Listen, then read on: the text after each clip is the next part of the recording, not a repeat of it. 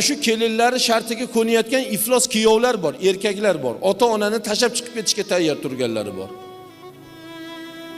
Ota-onadan kechilmaydi, birodarlar.